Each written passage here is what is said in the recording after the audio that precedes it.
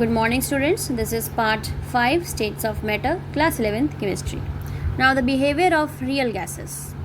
Deviation from ideal gas behavior. So ideal gas हम उसको बोल रहे थे जो तीनों लॉस फॉलो कर रही थी या आइडियल गैस इक्वेशन फॉलो कर रही थी. अब हम पढ़ेंगे उस आइडियल गैस बिहेवियर का डेविएशन कि क्यों कोई गैस उस आइडियल गैस इक्वेशन को फॉलो नहीं करती या क्यों कोई gas as an ideal gas behave नहीं करती. फाइन. सो वो बिहेवियर को हम स्टडी करेंगे. तो it means all the gases are not the ideal gases, they are the real gases. So our theoretical model of gases corresponds very well with the experimental observation. Theoretical model तो बहुत अच्छा गया हमारे experimental observation से, but difficulty arises when we try to test how far relation PV is equals to nRT reproduce actual pressure volume temperature relationship. ठीक है, difficulty तब आई जब हमने PV is equals to nRT relationship को देखा with respect to the temperature या PV के हमने बेसिकली यहाँ देख सकते हैं आप, जब हमने पीवी की स्टडी करी with respect to the pressure according to Boyle's law, तो हमने जब इस चीज़ को स्टडी किया तो यहाँ पे थोड़ा सा हमारा कॉन्ट्रडिक्शन आ गया या थोड़ी सी हमारी लिमिटेशंस आ गई यहाँ पे. तो that limitations we are gonna study here. So difficulty arises when we try to test how far the relation PV reproduce actual pressure volume temperature relationship of gases. So to test this point we plot PV versus P plot of gases. तो इस point को test करने के लिए कि कितनी दूर तक हमारी इक्वेशन ये सही हो सकती है, तो हमने क्या किया, PV वर्सेस P प्लॉट कर दिया गैसेस के लिए at constant temperature. So PV will be constant. Fine, because PV constant रहेगा, जितना प्रेशर बढ़ेगा उतना वॉल्यूम घटेगा. तो PV दो फैक्टर आपस में जो घट रहा है बढ़ रहा है, तो PV remains the constant and your P will very. So PV versus P graph at all the pressure will be straight line parallel to the x-axis. It should be parallel to the x-axis. It will be straight line because see, if you're talking about any of the gas and you are increasing the pressure and you are decreasing the volume, so pressure volume they are basically one is increasing, other is decreasing to the same amount. So if you multiply both the products, both the terms, both the variables, if you multiply, then it will cancel it out. So it will be constant. So for all the gases, your PV versus P graph it should be straight line parallel to x-axis, but actually this is not the scene. Fine. Figure 5.10 shows that now. This is figure 5.10. Just a minute.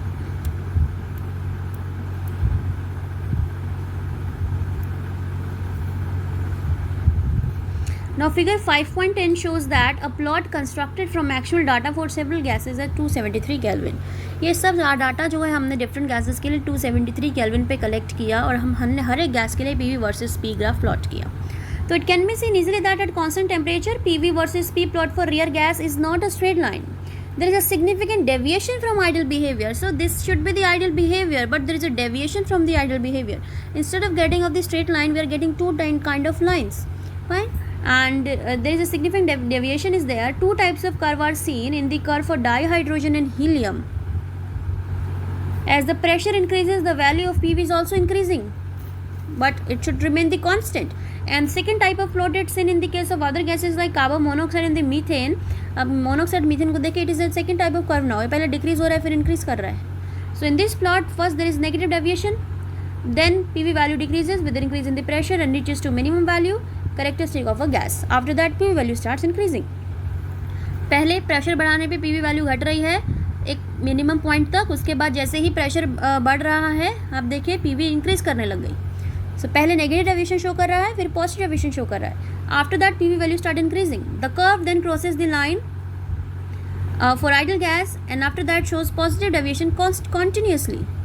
And it is found that real gases do not follow ideal gas equation perfectly under all conditions. So it means जितनी भी real gases हैं ये सारी की सारी ideal gas equation को perfectly under all conditions follow नहीं करती. Fine. यहाँ straight line नहीं आ रहा है, which should be the straight line according to the ideal gas, but it is not actually straight line. There is some deviation from the straight line. So it means all the gases which we are studying in the experiment, they are not the ideal gas, they are the real gases. So deviation from ideal behavior also come apparent when pressure versus volume plot is drawn. और ये deviation हमने तब भी देखा, observe किया जब pressure volume हमने curve draw किया. The pressure versus volume plot of experimental data which is of real gas and that theoretical calculated from Boyle's law should coincide. तो चाहे रियल गैस का है चाहे एक्सपेरिमेंटल डाटा है, जो रियल गैस देखो एक्सपेरिमेंटल मीन्स रियल गैस का data हो गया, थ्योरेटिकल मीन्स आइडियल गैस का डाटा हो गया, तो इन दोनों को कोलाइड कर जाना चाहिए था. Because if we are assuming that every gas is an ideal gas equation is an ideal gas and if it is an ideal gas we should follow the ideal gas equation और all the laws. Fine. So these two curves must coincide, but actually they are not coinciding, they are showing the two different points. So it is apparent that at very high pressure the measured volume is more than the calculated volume. तो अगर आप high pressures पे देखें, जो measured volume है, it should be the measured volume for the ideal gas, but actually this is the measured volume for the real gas. तो ideal gas से ज़्यादा आ रहा है यहाँ पे जो मेजर्ड वॉल्यूम है। इट मीन्स हाई प्रेशर पे जो मेजर्ड वॉल्यूम है वो ज़्यादा है than the calculated volume. And at low pressures, if you see at the low pressures, measured and calculated volumes approach each other. Low pressure पे जो measured और calculated volume है वो फिर आपस में अप्रोच कर रही हैं, लेकिन हाई प्रेशर्स पे there is a significant difference. आपका मेजर्ड वॉल्यूम ज़्यादा है देन द कैलकुलेटेड वन, और the real gas volume is more as compare to the ideal gas one. Fine. So it is found that real gas do not follow Boyle's law, Charles' law, Avogadro law perfectly under all conditions. So ये जो है under all conditions, ये तीनों laws को perfectly follow नहीं करती हैं. Now two questions arises. अब दो question आपके arise होते हैं. पहला ये है कि why do gases deviate from ideal behavior? कि gases जो हैं ideal behavior से deviate ही क्यों करती हैं? ठीक है, ये question है अब कि why do they deviate from the ideal behavior? Next, what are the conditions under which gases deviate from ideality? और क्या कंडीशंस है कि गैसेज आइडियलिटी से आपकी डेविएट कर गई? So we get the answer for the first question if you look into postulate of kinetic theory once again, we find that two assumptions of the kinetic theory do not hold good. हमने देखा कि दो assumption kinetic theory के ऐसे हैं जो सही नहीं हैं। इन्हीं अजम्पशंस की वजह से हमारा जो बेसिकली जो एक्सपेरिमेंटल और थ्योरेटिकल डाटा है वो मैच नहीं कर रहा। First, these are there is no force of attraction between the molecules of the gas. पहली रॉन्ग एजम्पशन क्या थी? हमने माना कि इनमें कोई फोर्स ऑफ अट्रैक्शन नहीं है, बट एक्चुअल में it does. And second, the volume of gas is negligible small in comparison to the space occupied by the gas. और अगर हम मॉलिक्यूल को देखें, गैस के मॉलिक्यूल का वॉल्यूम देखें, तो उसका मॉलिक्यूल का जो वॉल्यूम है वो बहुत ही कम है जितना गैस ने स्पेस ऑक्यूपाई किया हुआ है उसके कंपैरिजन में। अब ये भी आपका वॉल्यूम जो है बेसिकली रॉन्ग हो गया, आपका पोस्टुलेट। देखो ये कैसे रॉन्ग हो गया? अगर आप प्रेशर इंक्रीज़ कर दें, बहुत ज़्यादा प्रेशर इंक्रीज़ कर देंगे तो गैस तो आपकी कम क्लोज़र हो जाएगी, मीन्स वो पास आ जाएगी और भी ज़्यादा। उस केस में you can not ignore the volume of the gas, ठीक है ना। आप उस केस में इग्नोर कर सकते हैं when pressure is very low, but in the case of high pressure the gas is compressing, in that case you can not ignore the volume of the gas as compare to the total volume occupied by the gas. So if assumption is correct, the gas will never liquefy. अगर कोई भी gases में force of attraction नहीं होता तो इसका मतलब यह है कि गैस कभी लिक्विफाई ही नहीं हो सकती, क्योंकि लिक्विफाई तो तभी होगी जब उनमें इंटरैक्शंस होंगे। Fine. So however we know that gases do liquefy when cooled and compressed, और हमें ये भी पता है कि गैसेस तो लिक्विफाई होती हैं। It means there is some wrong thing in the first postulate. So इसी दो पोस्टुलेट्स के बारे में हम पढ़ेंगे कि इन दो पोस्टुलेट्स को हमने रॉन्गली कंसिडर कर लिया। That is why our experimental and theoretical data are not coinciding with each other. Now also, liquids formed are very difficult to compress. This means that force of repulsion are powerful enough and prevent squashing of molecules in tiny volume. If assumption B is correct, the pressure versus volume graph of experimental data, real gas and that of theoretical boils should coincide. अगर हम ये मान के चलें कि B assumption गलत है तो आपका रियल गैस और आइडियल गैस का जो ग्राफ है आपस में कोइंसाइड कर जाना चाहिए था, because volume is negligible but actually it is not coinciding and your calculated volume is greater than the your measured volume is greater, your real gas volume is greater as compared to the calculated one. Fine. So real gases shows deviation from ideal gas law because molecules interact with each other. So deviation क्यों show करते हैं? क्योंकि molecules आपस में interact करते हैं. At high pressure, molecules of gas are very close to each other and molecular interactions start operating. जैसे ही आपने हाई प्रेशर लगाया, मॉलिक्यूल्स आपस में क्लोज आए तो इंटरैक्शंस आपस में उनमें स्टार्ट हो जाएंगी होनी। And at high pressures molecule do not strike the walls of the container with full impact because these are dragged back by other molecules due to molecular attractive forces. और high pressures पे molecules अब wall of container की तरफ नहीं टकराएंगी ज़्यादा। They will not exert force now on the wall of the container because now there are new force of attraction between the molecules. उन force of attraction between the molecules हैं यहाँ पे, उन्हीं फोर्स ऑफ अट्रैक्शंस की वजह से molecule of container की तरफ जाने की बजाय आपस में क्लोज आएंगी because of that attractions. So this affects the pressure exerted by the molecules on the walls of container. Thus the pressure exerted by gas is lower than the pressure exerted by the ideal gas. So यानी कि अब जो भी pressure gas exert करेगी वो ideal gas से कम exert करेगी, because अगर आप प्रेशर बढ़ा देंगे तो वॉल ऑफ कंटेनर पे प्रेशर आपका कम हो जाएगा, बिकॉज अब मॉलिक्यूल्स के बीच में मॉलिक्यूलर इंटरैक्शंस बढ़ गई हैं। मॉलिक्यूलर इंटरैक्शंस बढ़ते ही मॉलिक्यूल्स आपस में क्लोज आ गए। Now instead of going to the wall of container they are coming close to each other, so the pressure has been decreased in the case of real gas. So it means आपका जो real gas का pressure होगा वो कम होगा और idol gas का pressure क्या होगा, ज़्यादा होगा. तो idol gas is what, it is the P real plus this factor which is AN square plus by V square. So now your pressure for real gas is less and your ideal gas is more. Here A is constant and repulsive forces also become significant. ठीक है, high pressure अगर आप बढ़ाएंगे तो repulsive forces भी significant हो जाएंगे. So repulsive interactions are short range interactions and are significant when molecules are almost in contact. So this is situation at high pressure. The repulsive forces cause the molecule to behave as small but the impenetrable spheres. These are now restricted to volume V minus NB, where NB is approximately the total volume occupied by the molecule themselves. Fine. ये देखो, ये case आपका high pressure का case है. जब high pressure हो गया तो वॉल्यूम जो गैस है वो आपस में क्लोज हो गई, वॉल्यूम डिक्रीज हो गया ना. उस केस में आप वॉल्यूम को इग्नोर नहीं कर सकते, मीन्स आप मॉलिक्यूल के वॉल्यूम को इग्नोर नहीं कर सकते. So now it is now restricted to the volume V minus NB. Fine. So moving in the volume V. Now where NB is approximately the total volume occupied by the molecules themselves. तो ये NB वो molecule है जो molecules का खुद का total volume है. जितने भी मॉलिक्यूल्स हैं उन सब का टोटल वॉल्यूम, खुद का टोटल का volume, that is NB. Fine. So यानी कि अब मॉलिक्यूल्स कौन से कितने वॉल्यूम में घूम रहे हैं, V minus NB वॉल्यूम में घूम रहे हैं. V is the total volume जिसमें आप गैस के मॉलिक्यूल्स का वॉल्यूम और जिस स्पेस में प्रेजेंट है उसका कंसिडर कर रहे हैं, और NB वो वॉल्यूम है जो मॉलिक्यूल्स का खुद का वॉल्यूम है. फाइन. सो V minus NB अगर आप कर देंगे तो ये स्पेस का फैक्टर आ गया जहाँ जहाँ मॉलिक्यूल आपका घूम सकता है. So B is the constant. Having taken into account the corrections for pressure and volume can be rewrite equation. So आपका next जो हो गया आइडल गैस के लिए. So आइडल गैस के लिए V minus NB is the total volume now and pressure is the P plus AN square by V square. यानी कि जो आपकी रियल गैस है उसका वॉल्यूम जो है आपका क्या होगा, सॉरी आइडल गैस का जो वॉल्यूम है वो एक्चुअल में V minus NB कंसिडर करेंगे हम कि टोटल में से हम वॉल्यूम टोटल में से हमें जो मॉलिक्यूल्स का वॉल्यूम है वो घटाना है, वो वॉल्यूम होगा, और प्रेशर एक्चुअल में आइडल गैस में ज़्यादा होगा. So this is the real gas equation जिसे हम वैन डर वाल इक्वेशन भी बोलते हैं. So this is basically van der Waal equation. Fine.